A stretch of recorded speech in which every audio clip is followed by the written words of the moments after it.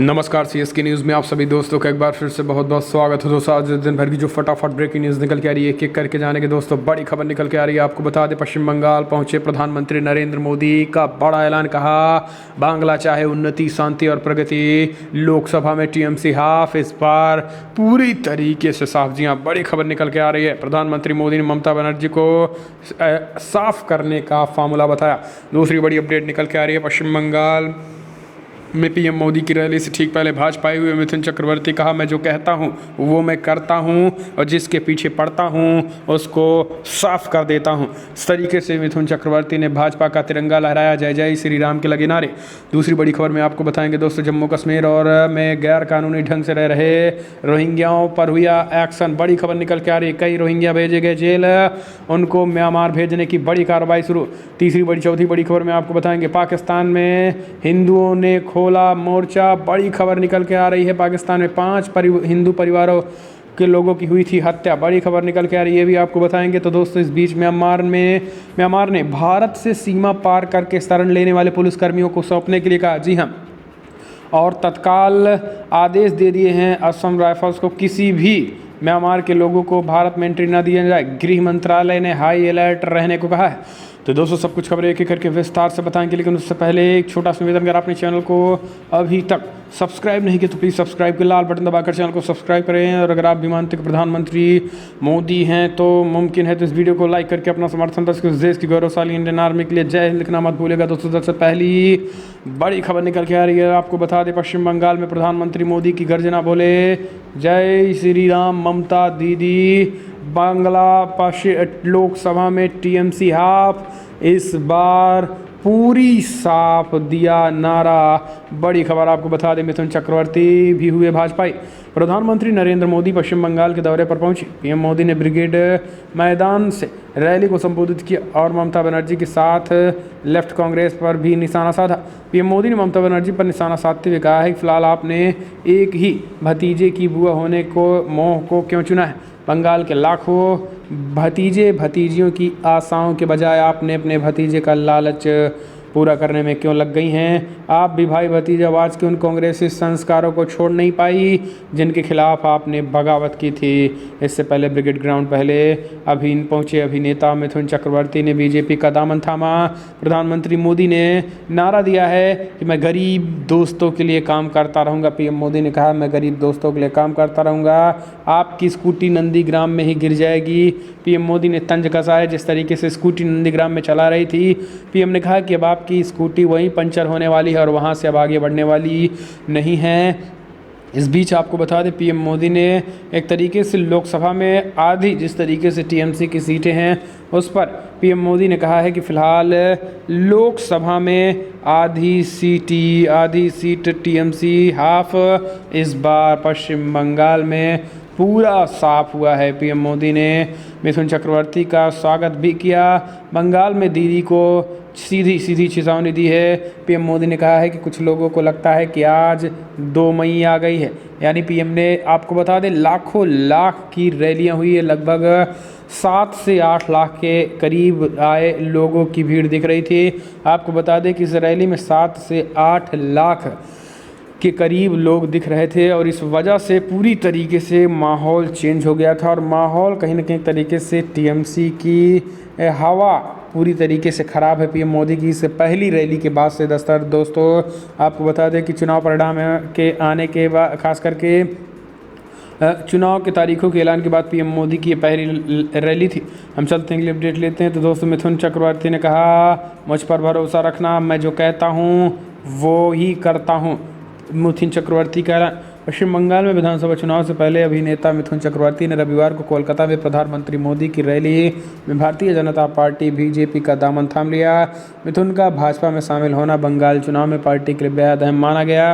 भाजपा में शामिल होने के बाद मिथुन दा ने कहा कि मुझ पर भरोसा रखना और मैं जो कहूँगा वो करता हूँ, और जो मैं नहीं बोलता वो मैं नहीं करता। इसलिए बीजेपी में शामिल होने के बाद एक तरीके से टीएमसी को उखाड़ फेंकने का उन्होंने भी नारा भरा है, जय जय श्री राम के भी नारे लगाए।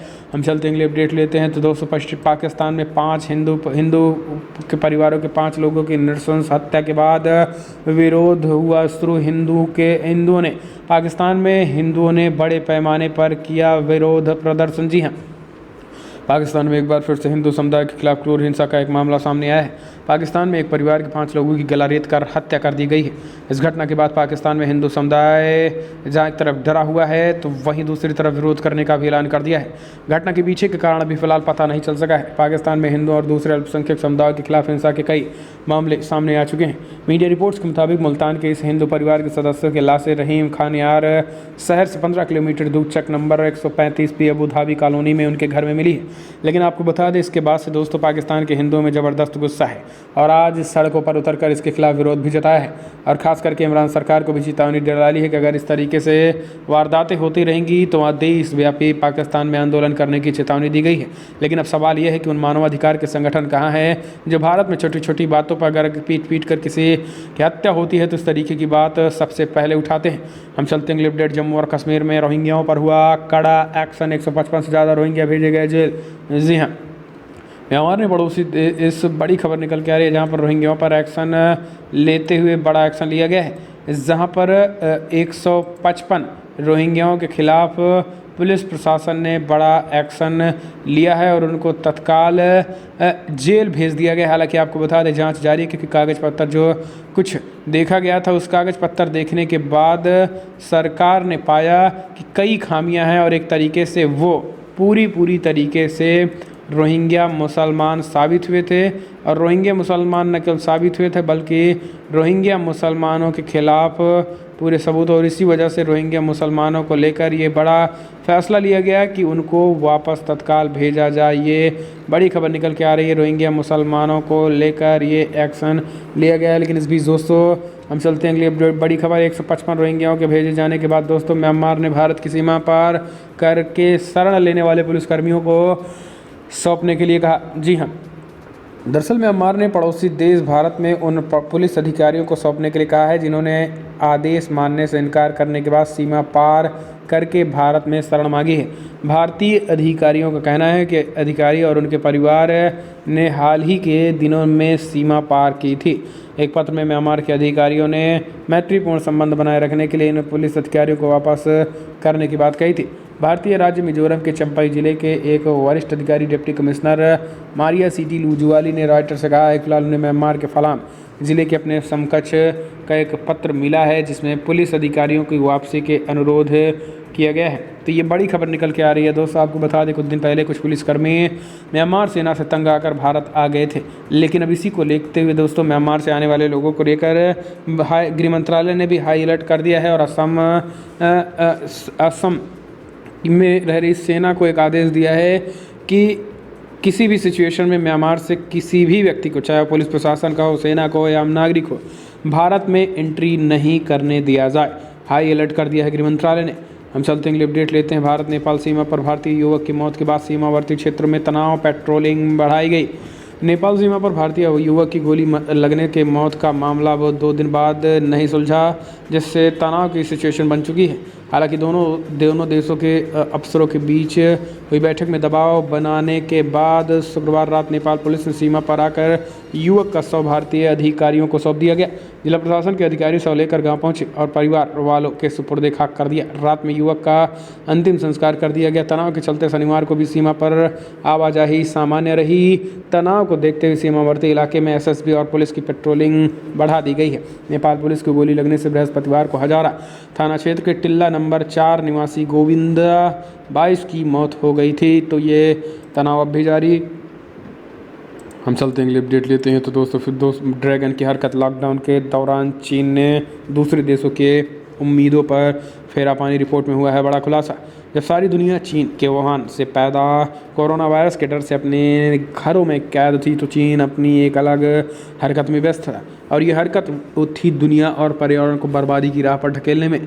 दरअसल पूरी दुनिया में इस दौरान सभी व्यावसायिक गतिविधियों से लेकर अन्य सभी ऐसी गतिविधियां बंद थी जिससे कार्बन उत्सर्जन होता है, लेकिन चीन वो सब कर रहा था जो हमारे और आपके रहने में पर्यावरण के सबसे ज़्यादा नुकसानदेह होता है, और इसी को लेकर दुनिया की सबसे बड़ी संस्था ने चीन को लताड़ लगाई।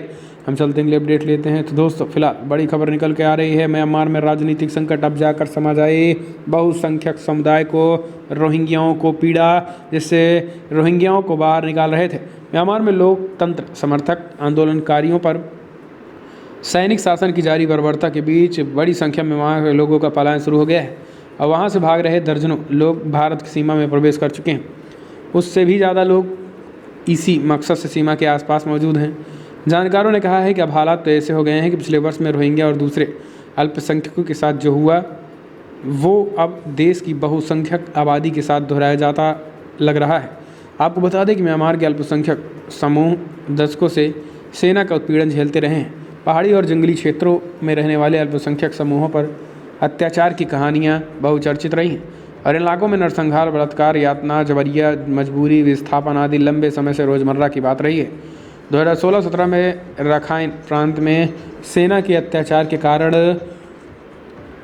7,40,000 से ज़्यादा रोहिंग्या मुसलमान पलायन कर बांग्लादेश चले गए थे। 2019 में संयुक्त राष्ट्र ने रखाइन, चिंसान, काचिन और करेन राज्यों में अल्पसंख्यकों के साथ सेना के सलूक को मानवाधिकारों को घोर हनन बताया था। तो दोस्तों ये बड़ी खबर। हम चलते हैं, अगली अपडेट लेते हैं। आपको बता दें, पीएम मोदी की रैली से ठीक पहले बीजेपी कार्यकर्ताओं पर फिर से हुआ हमला, टीएमसी पर लगा आरोप। बड़ी खबर, ममता बनर्जी के गुंडे पूरी तरीके से बौखलाए हुए हैं। प्रधानमंत्री मोदी की कोलकाता में आज रैली हुई और इस जनसभा में लाखों की भीड़ इकट्ठा हुई, लेकिन उसके पहले आपको बता दें कि बीजेपी के कार्यकर्ताओं पर रैली में आने के दौरान हमला हुआ था और कई जगहों पर मुस्लिम इलाकों में भी इस तरीके के हमले देखने को हुए थे। इसके बाद से दोस्तों भारतीय जनता पार्टी के नेताओं ने सीधा ममता प्रशासन की नाकामी पर कोसा और उन्होंने कहा है कि आज नहीं चाहते हैं कि ममता बनर्जी की रैली में ये बिहार पश्चिम बंगाल की जनता जाए और इसी को लेकर रोकने का पूरा भरसक प्रयास कर रहे हैं। लेकिन आपको बता दें दोस्तों कि प्रधानमंत्री मोदी की रैली में उसके बावजूद भी लाखों लाख की लोग उपस्थित हुए थे। हम चलते हैं, अपडेट लेते हैं। दोस्तों बड़ी खबर निकल के आ रही है, जहां पर दहशत में अजीत हत्याकांड का साजिश करता धनंजय पुलिस एनकाउंटर के डर से बोला वीडियो कॉन्फ्रेंसिंग मिलने। दरअसल मोहम्मदाबाद गोहाना के पूर्व ज्येष्ठ उप प्रमुख अजीत सिंह की हत्या की साजिश रचने के आरोपी पूर्व सांसद धनंजय सिंह दहशत में। अब उनको अपनी हत्या की आशंका सता रही है। पूर्व सांसद की तरफ से वकील ने सीजेएम सुशील कुमारी की कोर्ट में अर्जी दी, जिनमें हत्या की आशंका जाहिर की गई। वहीं कोविड-19 का हवाला भी दिया गया। मांग की गई कि वीडियो कॉन्फ्रेंसिंग के जरिए ही न्यायिक अभिरक्षा में लखनऊ के कमिश्नरेट पुलिस ले गई। कोर्ट ने इन अर्जी के प्रति अभियोजन को देने के साथ ही पत्रावली में शामिल किए जाने का आदेश दे दिया था और इसी को लेकर उन्होंने कहा कि फिलहाल वकील प्रांशु अग्रवाल ने अर्जी देकर कहा कि धनंजय सिंह विधायक और सांसद रह चुके हैं। विभूति खंड में 6 जनवरी को हुए गोहाना के पूर्व ज्येष्ठ पुत्र अजीत सिंह पुलिस द्वारा उन्हें फर्जी फंसाया जा रहा है, उनका उसमें कोई लेना देना नहीं है और उनसे अगर पूछताछ होती है तो वीडियो कॉन्फ्रेंसिंग के जरिए उनका बयान दर्ज किया जाए। इस तरीके से डरे हुए हम चलते हैं, अगले अपडेट लेते हैं। तो दोस्तों फिलहाल बड़ी खबर निकल के आ रही है, जहाँ पर कन्याकुमारी में गृहमंत्री अमित शाह ने सुमिंद्रम मंदिर की किया दर्शन, door to door campaign, road show भी किया। दरअसल आपको बता दें पश्चिम बंगाल समेत 5 राज्यों में चुनावी बिगुल बज चुका और पार्टियां आज से चुनावी रैलियां संबोधित कर रही हैं। इसकी शुरुआत बीजेपी से हो रही है और आपको बता दें पश्चिम बंगाल समेत 4 राज्यों में चुनाव की तैयारियों में बीजेपी जुट गई है और वहां भी भगवा लहराने की पूरी कोशिश में है। ऐसे में केंद्रीय गृह मंत्री अमित शाह तमिलनाडु और केरला में चुनाव प्रचार के लिए रविवार को पहुंच चुके हैं और यहां पर उन्होंने दोस्तों मंदिर में दर्शन किया और मंदिर में दर्शन करने के बाद रोड शो तो किया ही, लेकिन डोर टू डोर यानी घर घर जाकर कैंपेनिंग किया और लोगों से वोट मांगा। ये बड़ी बात कहीं ना कहीं एक तरीके से दिख रही है। हम चलते हैं, अगले अपडेट लेते हैं। तो दोस्तों फिलहाल बड़ी खबर निकल के आ रही है, जहां पर एक और बांग्ला अभिनेत्री देवाश्री भट्टाचार्य, राहुल चक्रवर्ती ने थामा भाजपा का दामन, टीएमसी को लगा बड़ा झटका। पश्चिम बंगाल में विधानसभा चुनाव से पहले फिल्मी सितारों का भाजपा में शामिल होने का सिलसिला जारी है। इसी क्रम में शनिवार को एक और मशहूर बांग्ला अभिनेत्री देवश्री भट्टाचार्य एवं अभिनेता राहुल चक्रवर्ती ने भाजपा का दामन थाम लिया। इसके अलावा कई तृणमूल नेताओं सहित विभिन्न प्रोफेशनल से जुड़ी बड़ी संख्या में लोगों ने भी भाजपा की सदस्यता ली।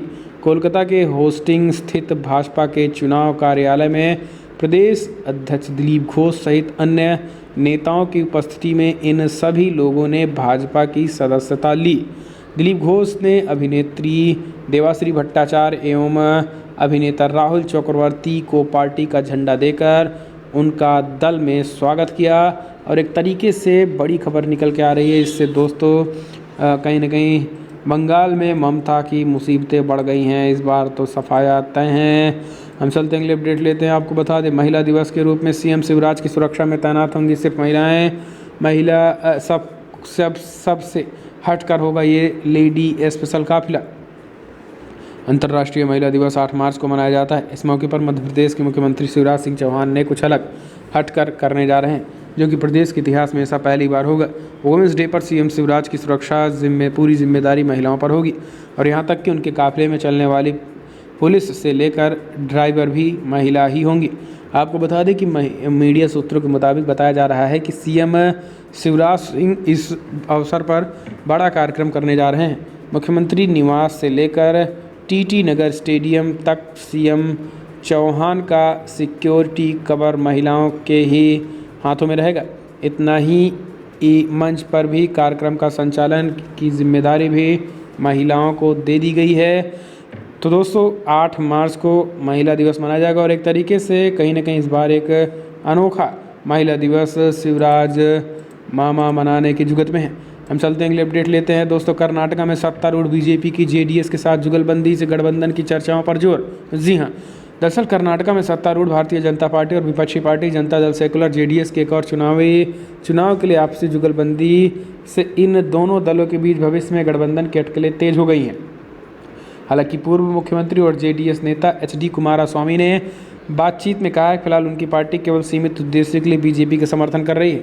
कर्नाटका विधान परिषद के आज हुए चुनाव में जेडीएस के सहयोग से बीजेपी के एमके प्रदेश उपाध्यक्ष चुने गए हैं। कर्नाटका के उच्च सदन विधान परिषद में बीजेपी, जेडीएस और कांग्रेस में से किसी भी दल को बहुमत हासिल नहीं है। ऐसे में कांग्रेस को अकेला छोड़ बीजेपी और जेडीएस ने आपस में हाथ मिला लिया, जिसके बाद कांग्रेस को बड़ा झटका लगा। तो दोस्तों फिलहाल दिन भर की फटाफट ब्रेकिंग न्यूज़ में इतना ही, लेकिन अगर आपको वीडियो पसंद आया तो लाइक करें, शेयर करें, कमेंट के माध्यम से आप अपनी राय देना ना भूलें। इस वीडियो में इतना ही। जय हिंद, वंदे मातरम।